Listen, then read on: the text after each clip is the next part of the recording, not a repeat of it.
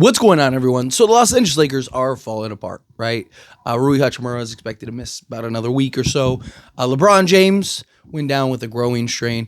He did talk after the game, and he talks about how, he's going to take it day to day. He's going to kind of monitor it. He said the first two things that popped into his head was one, the Christmas Day game when he first went to the Lakers, but he even said like that one was bad, right? That was like a really bad one. He's like, this is something that isn't as severe. I should be fine. He said the second thing was Anthony Davis, which I think is funny because that's what we touched on during the live stream in the post game stream. Like Anthony Davis is going through the same thing, right? And he ended up rushing back, and we saw how that ended up happening. So hopefully, he's able to, one, take his time, and two, get back and get healthy. Now, look, LeBron says it's not to be worried about. I trust that it's not to be worried about, right? Like, LeBron is one of the few players in this league that, obviously you don't want to rush him back. You want him as healthy as possible come playoff time. But, like we've seen LeBron, if the average time is 4 weeks, he's better in 2, right? Like fully better and healthy in 2. So, but to me, I would rather just kind of weather the storm, right? And that's going to come down to the other players, the other guys, right? Luka, how much does he play during the stretch? He looks hobbled. He looks hurt. Austin Reeves just got back from injury. But we've also seen this team really step up and play well and rattle off some wins without LeBron, right? Without Anthony Davis, without Luka. So if you're the Lakers, right, although you probably do need guys like Rui back and stuff because he's the guy that can go get you 20 on any given night. But I do think the Lakers would still be fine. The Nets game in between, I think really helps. You got to handle business against the Nets. But after that, it's just, it does get tough. I would, and this is just me, I would kind of just like sit Luka, sit LeBron for sure. And then obviously Rui out. Sit them, Jackson Hayes if you have to. Between now and that Denver Nuggets game. So the Lakers have the Nets, and then they got 3 days off.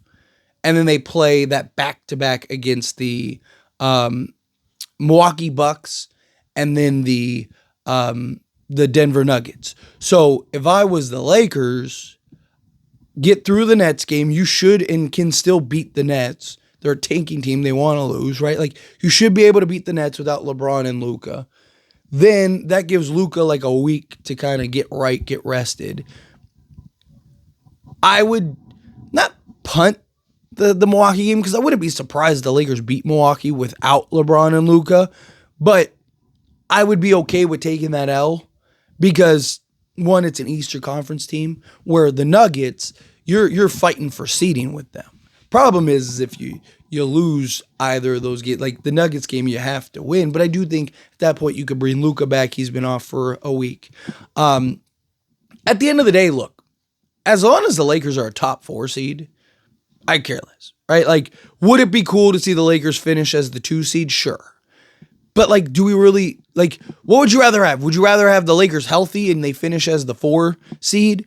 Or would you rather the Lakers go in hobbled, but they got the 2 seed? Like, I don't care, right? Like, to me, a team with Luka and LeBron, the only thing you're worried about is them being healthy, right? Like, that's the only way whether you have home court or not, right? They could be the overall 1 seed. If LeBron and Luka aren't healthy, it means nothing. It's just a vanity metric at that point. I don't care about the vanity metric. I care about hoisting the Larry O'Brien at the end of the year, right? So to me, let LeBron and Luka get as much rest as possible. Now, you could, people be like, well, Tyler, they could fall to 5th.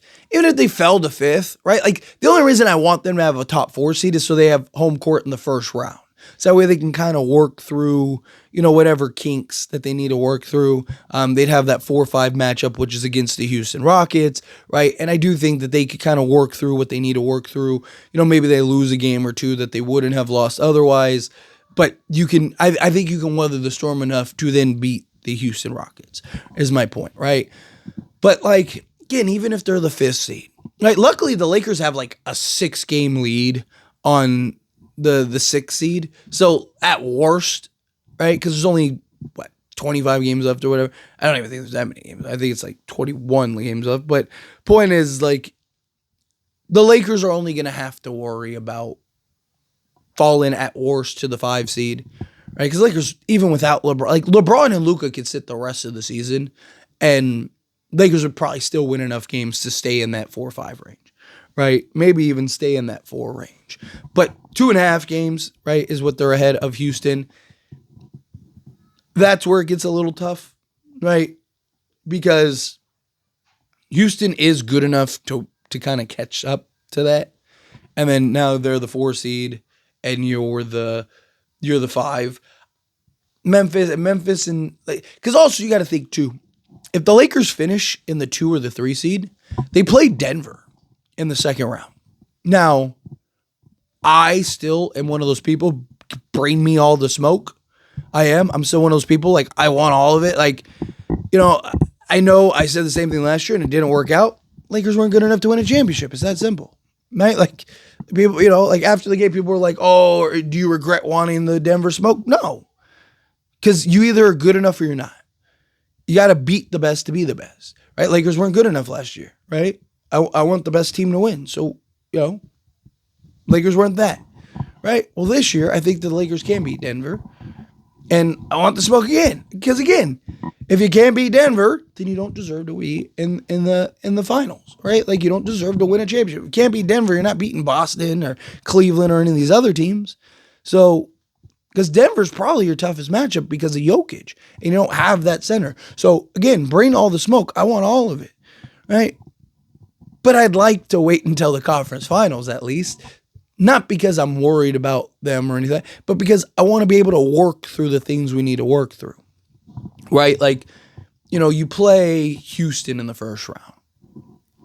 Like I mentioned, I think you have enough. I think you're good enough and can beat Houston to where you can, like, even if it is a little clunky and you're kind of working some stuff out and you're kind of making the playoff adjustments and, you're kind of going through the ebbs and flows of a series, I still think you can do that and be okay and win that series. Then you play the Thunder. Now, it's nothing against the Thunder. I like Thunder a lot. No one would be shocked if they won the NBA championship, but I've talked about it. Lakers match up against the Thunder very well.